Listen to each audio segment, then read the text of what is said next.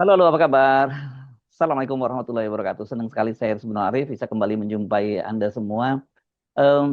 Saya jujur aja bertemu dengan Anda ini dalam situasi yang mixed feeling ya. Situasinya betul-betul galau melihat situasi perkembangan bangsa kita saat ini di daerah terjadi di Pati itu rakyat marah dan kemudian akhirnya unjuk rasa besar-besaran dan memaksa bupatinya mundur. Di Jakarta banyak sekali kasus-kasus yang besar ya. Ini KPK mulai menangani soal haji yang saya kira jadi besar. Kemudian juga KPK kemarin sudah menetapkan dua orang tersangka dari Komisi 11 yang ini berkaitan dengan korupsi dana CSR dari Bank Indonesia dan OJK. Ini dua lembaga yang harusnya sangat prudent dalam soal begini-begini. Dan kemudian ini di media sosial dan media juga itu ada daftar 47 orang anggota Komisi 11 karena katanya semua ini menurut pengakuan salah satu tersangka itu menerima semua dana CSR dari Bank Indonesia dan OJK. Ini situasinya betul-betul menurut saya membuat kita jadi prihatin. Seperti biasa saya akan ajak Anda untuk berbincang dengan ini seorang aktivis korupsi sebenarnya, tapi sekarang saya bingung manggilnya ini Pak Rektor atau Ketua Yayasan Indonesia Harkat Negeri ya. Itu jadi Pak Sudirman Said. Assalamualaikum. Waalaikumsalam warahmatullahi wabarakatuh. Ya. Jadi saya pakai logo universitas nih sambil promosi nih Mas Harjo, nggak apa-apa ya? Oh, gitu ya. Oke, oke. Jadi Pak kita panggilnya Pak Rektor ya, universitas ini. Oke. Boleh. Yes. Ini sekalian promosi ya, walaupun ini apa kampus di daerah yang gitu ya, tapi kerjasamanya nggak main-main. Saya baca kemarin dengan mulai ada kerjasama dengan Harvard University. Waduh, keren banget ini. Atau Amin, belagu amin, amin. atau belagu Mudah-mudahan banget berjalan gitu. lancar. Atau Ya. belagu banget malahan gitu.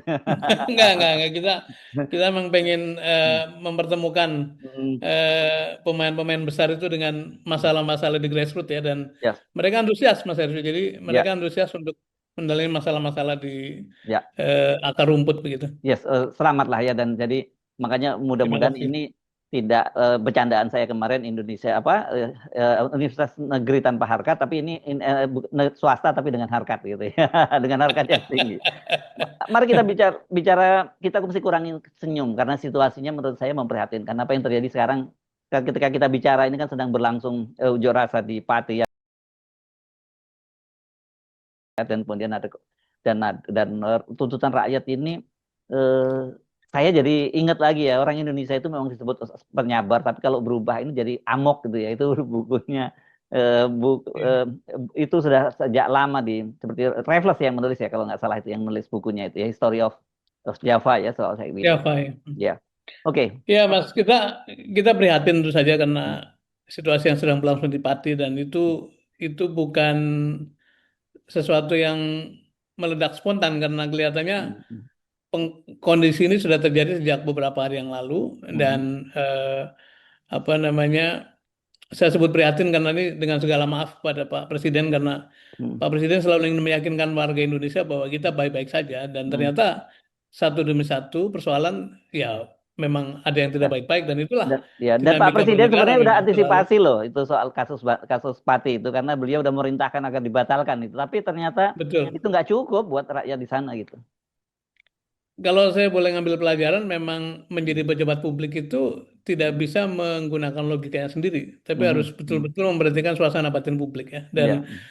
saya mengerti beratnya tugas bupati-pati karena memang harus menaikkan pajak yang Mhm, sudah berbelas tahun kan tidak naik. Tapi mhm, karena cara komunikasinya beliau barangkali yang mhm, kurang pas, kemudian ada setengah-setengah menantangnya juga, mhm, dalam keadaan masyarakat sedang sulit sebetulnya. Jadi mhm, ini dengan mudah disulut oleh satu emosi dan akhirnya terjadilah begini. Dan beberapa adegan di media sosial itu kan memang mhm, nyata sekali bahwa sisi lainnya adalah publik memang sudah menyadari hak-haknya sampai mhm, dikatakan mhm, yang bayar kalian tuh kami rakyat tuh. Dan mhm, saya kira mhm. itu sikap yang benar.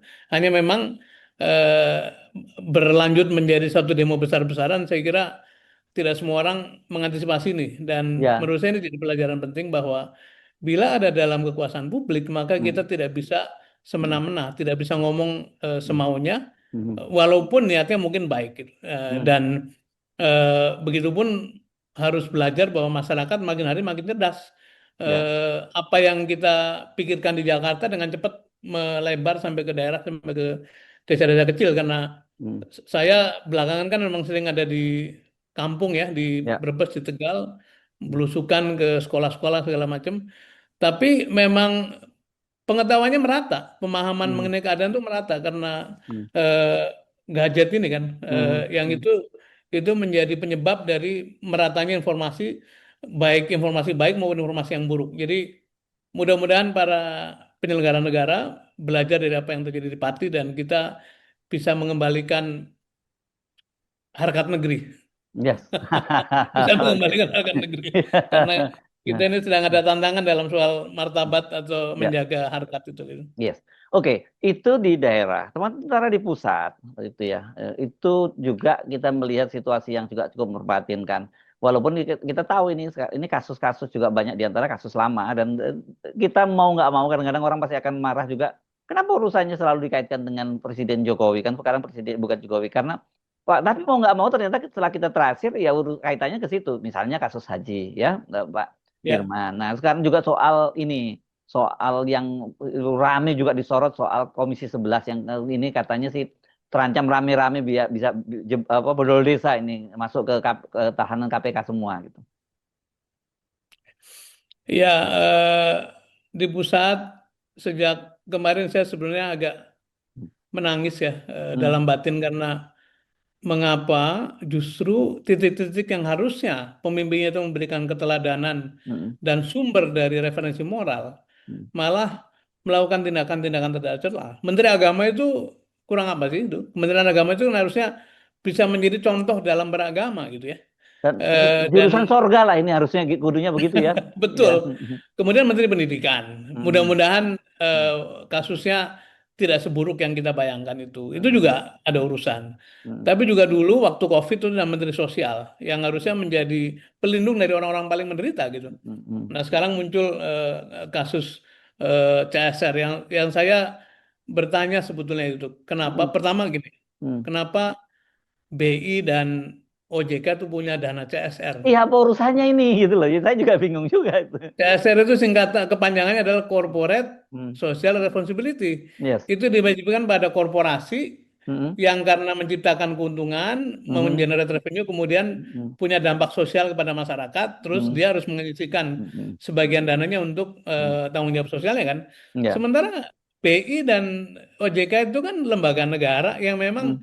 seluruh pekerjaannya untuk urusan sosial masa kemasyarakatan gitu. Hmm. Bila memang BI dan OJK kelebihan uang, ya sudah turunkanlah fee-nya, turunkanlah bunganya sehingga bank-bank maupun lembaga keuangan bisa Hmm. membantu masyarakat untuk Hmm. meringankan beban mereka, bukan Hmm. mereka membagi CSR. Apalagi Hmm. kalau yang dikatakan oleh KPK betul, itu Hmm. sangat memprihatinkan karena policy maker berkolusi dengan mitra kerjanya begitu ya. Hmm. Kemudian membagi-bagi dana CSR yang memang ada pandangan uangnya tidak pernah sampai langsung kepada anggota DPR, tapi kan ada istilah namanya ultimate beneficiary kan, Hmm. penerima manfaat ujung ya. Hmm. Kalau dikaitkan sama dapilnya itu Hmm. sama dengan menggunakan pengaruh publik atau kewenangan publik untuk kemanfaatan dirinya, dan itu Hmm. adalah definisi paling dasar dari korupsi. Korupsi adalah Hmm. menggunakan kewenangan publik untuk Hmm. memperoleh manfaat pribadi maupun kelompoknya. Dan Ya. bila yang dikatakan oleh KPK itu benar adanya bahwa pernah ada keputusan di dalam rapat kerja Hmm. seluruh anggota DPR Komisi 11 itu memperoleh Hmm. CSR seperti itu, memang ini menjadi penanda kesekian kalinya bahwa elit politik kita ini dalam mengambil keputusan tidak bisa lepas dari konflik of interest. Ya. Selalu terserempet-serempet risiko-risiko kolusi, risiko-risiko untuk berkomplot atau berkolaborasi dalam artian negatif, dan hasilnya seperti ini. Jadi eh, benar sekali bahwa eh, kalau keadaan ini terus-menerus berjalan, mau tidak mau kita mesti menengok masa lalu kan. Ya. Misalnya, Hmm. rasa percaya diri para pelaku koruptor itu naik sesudah apa? Hmm. Sesudah tahun 2019. Hmm. Ketika Undang-Undang KPK merevisi, melemahkan, mengkebiri, Hmm. menghancurkan kemenangan KPK. Dan Hmm. mereka seperti berpesta, seperti Hmm. tidak ada kekhawatiran apapun gitu. Hmm. Bahkan Hmm. pada waktu COVID 2020-2021 sempat dikeluarkan PP atau Perpu Ya. kalau tidak salah Hmm. yang membebaskan semua pengeluaran-pengeluaran Hmm. berkaitan sama COVID itu dari Enggak. audit maupun Ya. dari review terhadap KPK. Itu menurut saya itu satu tindakan-tindakan yang jelas-jelas memberikan signal yang berkebalikan dengan niat memberantas korupsi. Dan kembali kita mesti menyebut peran Presiden Joko Widodo Hmm. yang melakukan ini semua gitu. Dan Hmm. jangan lupa juga umpamanya Menteri Agama betul-betul terbawa, yang angkat waktu itu adalah Joko Widodo. Hmm. Kalau Menteri Sosial dulu ke bawah juga yang angkat adalah Pak Joko Widodo, Hmm. begitupun Menteri Pendidikan. Jadi barangkali sepanjang sejarah pemerintahan kita, Hmm. inilah eh, contoh atau pemerintahan yang paling banyak menteri aktifnya atau mantan menterinya itu korupsi. Dan Hmm. ini menjadi perhatian bagi Presiden Prabowo mudah-mudahan untuk Hmm. tidak mengulang kekeliruan-kekeliruan yang telah dilakukan pendahulunya. Ya. Oke, dalam kasus ini memang kita sangat prihatin ya dalam situasi itu. Saya membaca anggota DPR bilang kami nggak pernah menerima sama sekali uangnya. Kita itu cuma menunjuk yayasan-yayasan. Tapi belakang kalau oleh KPK kan dibuktikan bahwa yayasan-yayasan itu juga yayasan yang dimiliki oleh para anggota DPR itu dan kemudian uangnya itu berubah dalam bentuk deposito, dalam bentuk aset dan sebagainya. Jadi ini benar-benar eh, dua hal yang satu kenapa Bank Indonesia dan OJK kok juga harus ada CSR-nya. Yang kedua kenapa kemudian uang itu digunakan oleh para anggota DPR untuk membelikan aset, untuk deposito dan sebagainya gitu. Ada kesalahan, ada kekeliruan dalam memahami kewenangan publik ya. Ya. Eh, Sebagian elit mengira bahwa kewenangan publik itu sumber kenikmatan, sumber Hmm. manfaat, sumber Hmm. privilege. Ya. Padahal di dalamnya mengandung tanggung jawab yang besar karena Anda bisa duduk di situ karena apa namanya kewenangan atau otoritas dari masyarakat, dari rakyat gitu. Hmm. Begitupun teman-teman yang ada di BI, di OJK itu lewat proses yang berbeda, tapi esensinya sama bahwa mereka duduk di sana bukan mengelola uang sendiri, tapi mengelola uang masyarakat. Jadi ketika terjadi kekeliruan dalam menafsirkan kewenangan publik, maka yang terjadi adalah seolah-olah begitu punya kewenangan, ya baku atur antar mereka, kemudian terjadilah kasus seperti ini. Bagi saya kira bagi kita semua, menafsirkan perkara korupsi bukan semata-mata uangnya hilang, Pak, tapi Hmm. contoh dari perbuatan-perbuatan yang eh, berkhianat pada amanah dari rakyat dan itu akan menjadi presiden yang terus-menerus bergulir. Jadi memang eh, pengobatannya atau solusinya adalah memang harus betul-betul mengembalikan leadership sebagai sumber keteladanan dan mengembalikan esensi dari kewenangan publik atau otoritas atau kekuasaan sebagai jalan untuk melayani, bukan jalan untuk memperoleh privilege atau Hmm. keutamaan sehingga Ya. kemudian menggunakannya secara semena-mena gitu. Ya, kalau saya lihat prakteknya ya ini eh, Pak Dirman soal Ya, korupsi itu iya memang pelakunya itu para pejabat, ya para pejabat, penguasa dan sebagainya. Tetapi sebenarnya kalau kita ngomong mentalitas korup, itu sebenarnya udah sampai level rakyat juga mentalitasnya korup. Dalam pemilu, dalam pilkada dan sebagainya, transaksi transaksi antara pemilih dengan para kandidat itu kan menunjukkan bahwa mentalitas rakyatnya sendiri juga korup juga. Dan ini kan berbahaya sekali kalau sudah semua lapisan itu sudah korup. itu yang saya bilang bahayanya perilaku korup bukan semata-mata uangnya hilang, uang Mhm. negara hilang, uang rakyat hilang, Ya, tapi moralitas tuh bisa runtuh gitu. Dan ya. Hmm. negara yang tidak ditopang dengan moralitas tidak pernah akan bisa berkompetisi, tidak pernah akan bisa Hmm. maju, tidak pernah akan bisa Hmm. Hmm. unggul sebagai bangsa yang makmur gitu. Hmm. Saya punya pandangan Mas Hersu, value itu menetes. Mhm. Value yang baik itu netesnya makin ke bawah makin kurang. Oke. Tapi value yang buruk Hmm. makin ke bawah makin menggila. Makanya ada Mhm. peribahasa Hmm. guru kencing berdiri, murid Mhm. kencing berlari. Jadi Mhm. begitu melihat atasan itu melakukan tindakan buruk, yang bawahnya menirunya lebih buruk lagi gitu. Jadi Mhm. saya tidak heran kalau kemudian perilaku korup atau pikiran-pikiran bertransaksi dalam Hmm. setiap kesempatan itu sekarang mewarnai suasana masyarakat kita dan eh, kita dalam prihatin yang berat, yang sangat karena mengembalikannya tidak akan mudah ini, Ya. mengembalikan tidak akan mudah. Hmm. Hmm. Dan tadinya saya punya harapan pemerintahan baru ini betul-betul bisa mengoreksi keadaan, tetapi harus saya katakan sekarang sudah bulan Agustus, memasuki bulan September menjelang setahun, tanda-tanda itu masih belum terlihat. Mhm. Bahkan cenderungnya dari waktu ke waktu secara verbal kan Hmm. memuji-muji, mengamini, bahkan mengatakan apa-apa yang sudah dikerjakan itu semuanya baik-baik saja. Hmm. Kemudian sekali-sekali memberikan apresiasi pada masa lalu, padahal Hmm. masa lalu tentu saja ada prestasinya, tapi damage dari sisi penegakan hukum, dari segi korupsi, dari segi moral, dari segi etik itu betul-betul kita mengalami yang saya sering sebut sebagai lubang hitam. Hmm. Kita bisa dengan tidak sadar terserap ke lubang hitam bersama-sama. Dan cita-cita menjadikan Indonesia 2045 sebagai apa namanya Indonesia emas Hmm. mungkin agak sulit untuk dicapai tuh kalau begini terus-menerus. Ya. Oke, dari mana memulainya kalau begitu ya? Karena banyak orang kan juga menyebut negara kita ini sebenarnya negara yang feodal dan patronasenya sangat kuat gitu ya. Dan itu harusnya dimulai dari pemimpinnya begitu.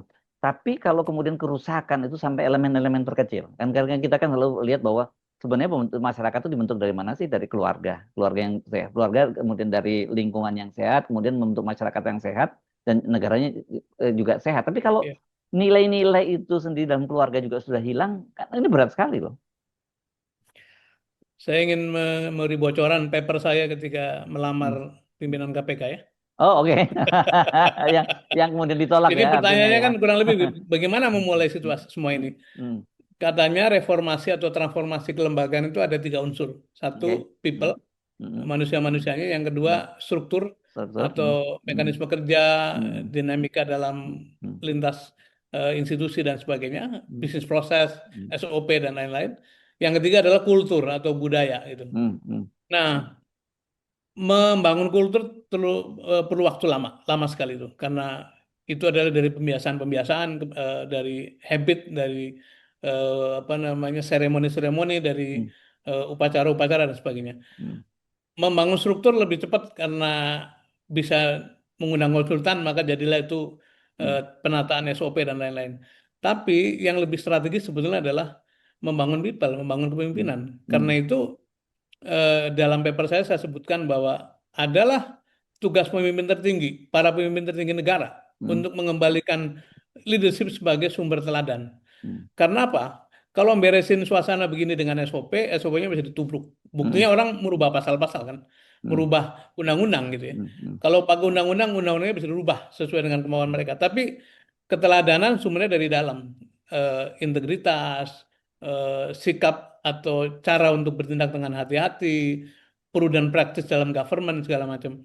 Itu sumbernya dari pimpinan tertinggi, dari presiden, Hmm. dari para menteri. Ya. Jadi selama pimpinan tertinggi baik di level paling atas maupun di berikutnya para menteri, para gubernur, para bupati itu tidak menampilkan keteladanan, Hmm. maka kerusakan-kerusakan ini tetap akan berjalan dan Hmm. adalah menjadi semacam public call atau panggilan publik, panggilan etik bahwa Hmm. inilah waktunya mungkin 80 tahun merdeka mereka mengembalikan keteladanan itu. Dan ada seseorang bercerita pada saya begini, di masa perjuangan kemerdekaan itu kita tidak punya apa-apa. Tidak ada Hmm. APBN ribuan triliun. Hmm. Tidak ada BUMN yang bisa dicuri CSR-nya. Ya. Tidak ada lembaga-lembaga tinggi yang punya budget ratusan triliun gitu ya. Tidak ada.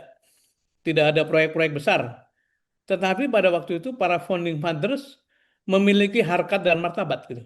Hmm. Dan harkat dan martabat itulah yang menjadi sumber energi bagi perjuangan menuju kemerdekaan. Nah, sekarang sebaliknya, kita punya segalanya. Hmm. Kita punya APBN ribuan triliun, kita punya BUMN, kita punya Danantara, kita punya proyek-proyek strategis, kita punya resources segala macam. Tetapi yang kelihatannya sedang defisit, sedang menyusut adalah harkat dan martabat. Dan sumbernya dari mana? Dari perilaku etis para pemimpin.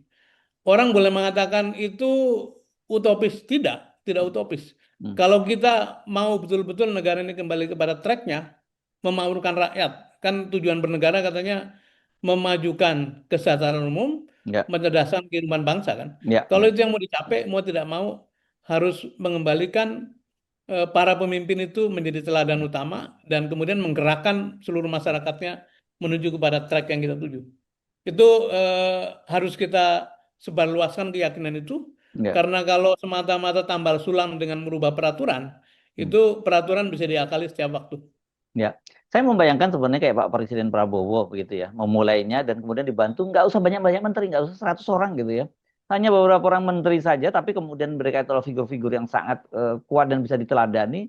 Saya kira bisa beres ya urusan ini ya, ketika ada kemauan itu kemudian aparat penegak hukum juga dipilih orang-orang yang bisa kita percaya dan kemudian ada punishment, ada reward dan punishment yang sangat yang sesuai begitu, bisa jalan kok ya. Menurut Anda masih bisa kan dibenahi itu negara ini ya? Harapan itu harus selalu ada, Mhm. betapapun suasana tidak mudah. Dan Ya. mudah sekali sejak dulu saya memberi contoh-contoh, misalnya pada waktu Catur Sudaryanto benahin Telkom Mhm. tahun-tahun 90-an itu memang inti dari perbaikan adalah core timnya diperbaiki. Tim Mhm. intinya diperbaiki. Mhm. Pada waktu Kuntoro beresin Aceh gitu ya, itu juga Mhm. core timnya. Pada Mhm. waktu Jonan memperbaiki kereta api juga Ah, core timnya. saya kira ya itu ya menarik Jadi ya. ini Mhm. contoh-contoh hidup yang tidak bisa Mhm. dikatakan itu cerita surga, tidak, cerita Iya. dunia, cerita Mhm. kenyataan gitu. Mhm. Jadi sepanjang kita meyakini bahwa orang-orang sekitar pimpinan tertinggi yang punya kewenangan itu dikelilingi orang-orang yang memang betul-betul satu visi, satu pikiran, satu nilai, Mhm. maka tidak ada alasan untuk tidak bisa meluruskan kembali jalannya negara. Oke. Nah, kita ingin terus-menerus memberi himbauan dan harapan bahwa harapan itu masih ada bila pemimpin tertinggi betul-betul mau berbenah dan mulai dari orang-orang sekelilingnya gitu. Dan orang Mhm. sekelilingnya harus menjadi figur yang dipercaya publik. Baru urusan-urusan beresin korupsi, beresin hukum itu bisa terlaksana gitu. Oke. Tapi sebaliknya kalau apabila di sekelilingnya itu orang-orang yang isinya adalah orang yang tidak cukup dipercaya, memang sulit dan itu nanti lahir dari tindakan-tindakan keseharian. Ya. Eh, Termasuk bagaimana sikap pemimpin negara menghadapi masalah korupsi di Kementerian Agama, di Kementerian Pendidikan sampai pada yang urusan apa namanya CSR ini seperti apa nanti kita lihat. Ya. Ya. Oke. Anda tadi mau nyebut beberapa contoh ya, menarik memang itu ya. Kelihatan sekali ada perubahan-perubahan bahkan itu dampaknya misalnya kayak kereta api kan kemudian itu orang juga berubah. Orang bisa dengan antri, Ya, bisa ya, dan kemudian juga tidak ada korupsi dan sebagainya karena semua di sistemnya digital dan sebagainya. Dari ya. 3 kasus yang Anda sebutkan tadi itu kan Anda tadi menyebut ada struktur, ada culture dan ada people. Kalau dari Yes. 3 yang tadi itu apa yang dilakukan? Boleh dicek satu persatu. Ya. Yang pertama kali mereka lakukan adalah menyiapkan good people. Dalam Good istilah people dulu ya. ya, Hmm. Lee Mhm. Kuan Yew menyebut sebagai a few good men gitu ya. Itu pada Mhm. waktu dia mau menerima kemerdekaan dari Inggris, dia Mhm. pidato di depan Mhm. pembukaan sekolah pegawai negeri, dia mengatakan yang diperlukan oleh Singapura untuk membangun negeri ini adalah a few good men. Mhm. Orang-orang baik jumlahnya Mhm. sedikit saja, nggak perlu Mhm. banyak-banyak. Mhm. Dan itu yang dikerjakan oleh Cacu, dikerjakan Kuntoro, dikerjakan Jonan, Mhm. dikerjakan siapapun pemimpin yang berhasil melakukan Mhm. Mhm. reformasi gitu. Mhm. Jadi tanpa itu eh, sulit karena masing-masing kita kan punya namanya muscle memory ya, Mhm. punya memori ototnya itu Ya. terlatih untuk melakukan sesuatu. Jadi Mhm. bila sekelompok kecil itu sudah terbentuk, kemudian isinya adalah orang-orang yang sejalan dengan visinya negara, maka yang lainnya akan ikut gitu. Mhm. Eh, Katanya birokrasi ini seperti kereta api. Kalau gerbongnya itu lempeng ya Mhm. lempeng dan kencang, dia juga ikut kencang. Itu hukum alamnya begitu, Mas Hercu. Mhm. Ya. Jadi eh, kita masih punya harapan sebenarnya dia belakang persoalannya ada keinginan nggak untuk berubah itu dan punya keberanian juga tidak untuk melakukan itu. Tapi kalau sang presiden yang dapat mandat yang cukup kuat, kan harusnya nggak ada alasan untuk tidak melakukan itu. Ya seperti diucapkan oleh banyak para pemikir ya bahwa Hmm. sistem negara kita adalah presidensial, presiden Hmm. punya kekuasaan Hmm. sangat besar untuk Ya. melakukan banyak hal, termasuk menata lembaga-lembaga yudikatif, Hmm. lembaga-lembaga penegak hukum. Hmm. Meskipun termasuk sekarang itu kan KPK sudah dalam rumpun eksekutif namanya kan, Iya. oleh Hmm. oleh Hmm. Pak Jokowi dirubah gitu. Hmm. Hmm. Itu juga sebenarnya dalam jangkauannya presiden. Jadi kalau instrumen-instrumen penegakan hukum tadi diperkuat, diisi orang-orang yang kredibel yang Hmm. dipercaya publik dan Hmm. terbukti tidak pernah berkhianat pada publik, negara ini masih punya ruang besar sekali untuk menjadi negara maju, negara kuat, negara makmur, dan akhirnya negara berkeadilan. Dan ini barangkali waktu yang baik menjelang 80 tahun Hmm. usia kemerdekaan ya. Ya, supaya kita kembali pada jalur di mana para pendiri bangsa itu pernah menorehkannya sebagai satu rumusan-rumusan yang sangat indah, sangat bertenaga, ya, dan itu dirumuskan bukan dengan ngelamun tapi dengan perdebatan yang seru. ya. Artinya itu satu rumusan yang disepakati oleh para perumusnya pada waktu itu. Ya, jadi saya kira momen 80 tahun ini ya, kita jangan terjebak dengan rutinitas gitu ya. Setiap mau ulang tahun nanti panjat pinang, memikirkan bendera dan sebagainya. Waktunya kita untuk mulai semacam kontemplasi gitu, melakukan itu dan terutama ini dimulai dari para pemimpin negara dan Ya. dimulai pemimpin tertinggi dalam hal ini presiden gitu ya. Saya ingin nitip kepada seluruh yang disebut para pemimpin. Ini Hmm, tidak saja pemimpin formal ya, hmm. tapi juga para tokoh-tokoh masyarakat. Waktu kita menuju 100 tahun tinggal 20 tahun. Itu sedikit sekali, hanya 4 kali Iya, ganti presiden. iya, iya, iya. Eh, Kalau kita tidak bergegas, berbenah, maka Hmm, kita akan terjebak pada cara praktek bernegara seperti ini. mhm, Yang sebetulnya saya terus meyakinkan diri saya dan teman-teman bahwa kita pernah mengalami kenaikan kelas terus-menerus dalam membangun kelembagaan. mhm, Dan itu saya harus sebutkan sampai periodenya Pak SBY itu sebenarnya kita mengalami kenaikan terus-menerus. mhm, Di masa 10 tahun terakhir setelah Pak Jokowi duduk, itu penurunannya sangat drastis. Nah, mhm. barangkali kalau boleh dihimbau, tugas dari teman-teman yang sekarang ada di pemerintahan di bawah pimpinan Pak Prabowo itu Hmm, mengembalikan grafik itu lagi ke dalam yes. grafik yang naik. Hmm, Kalau seorang pengamat dari Singapura ngobrol, beliau mengatakan begini, Indonesia mau tumbuh 8% itu mudah sekali. hmm, Bereskan governance, bereskan tata kelola, bereskan hukum, bereskan korupsi, itu dengan cepat lompat 2%. hmm. Karena sebetulnya yang sekarang membuat ekonomi gelinding itu kan sebenarnya konsumsi masyarakat. Yes. Yang tanpa campur tangan pemerintah pun Iya, memang sudah segitulah. iya. Jadi kalau itu elemen tadi, elemen Hmm, penataan hukum, hmm, penegakan hukum, hmm. pemberantasan korupsi, penataan tata kelola, itu adalah disebut sebagai leadership call, Hmm, panggilan kepemimpinan. hmm, Nah, bila para pemimpin bersepakat, dan menurut saya tidak ada alasan tidak bersepakat karena hmm. seluruh kebutuhan hidupnya sudah dipenuhi oleh negara, dan karena itu tugasnya adalah mengembalikan hak rakyat dengan cara-cara seperti ini. Nah, kita kembali pada misalnya kasus korupsi yang sedang menimpa Kementerian Agama. Siapa sih yang paling dirugikan? Itu manusia manusia paling tidak berdaya, kan gitu kan? Hmm, Manusia paling ngantrinya sudah 10 tahun, nggak tahu hmm, digusur oleh orang yang bisa membayar tinggi gitu. hmm, Bayar tingginya buat siapa? Buat oknum. Itu yang hmm. menurut saya mengapa korupsi menjadi sesuatu yang harus dibereskan dengan segera karena Ya, melukai rasa keadilan sudah jelas, hmm, merugikan negara sudah jelas, tapi juga memperlambat untuk kita menyelesaikan masalah-masalah kesejahteraan. yes. Bahkan kesenjangan makin hari makin melebar karena Hmm, hanya mereka yang mampu dan mau ya, menyogok atau mau membayar maka hmm, memperoleh hak-haknya.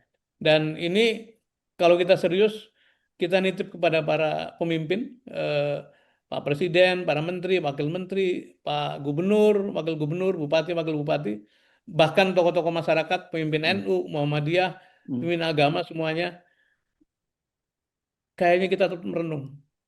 Ya, Keadaan ini tidak mungkin terus berlangsung bila kita ingin mencapai cita-cita atau ya, janji-janji kemerdekaan yang pernah ditorehkan itu. Dan inilah waktu yang tepat barangkali. yes. Baik, Pak Sudirman Said, Rektor Universitas Harkat Negeri. Sebutnya di mana ini? Di di Tegal atau di Brebes? Di Tegal, di Oh, Tegal. di Tegal, ya. Masih agak asing ya kalau Anda mendengar sebutan ini. Tapi mudah-mudahan Anda terbiasa karena Lama-lama kan jadi familiar kan.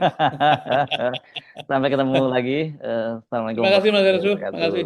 Ya, Sehat-sehat. ya.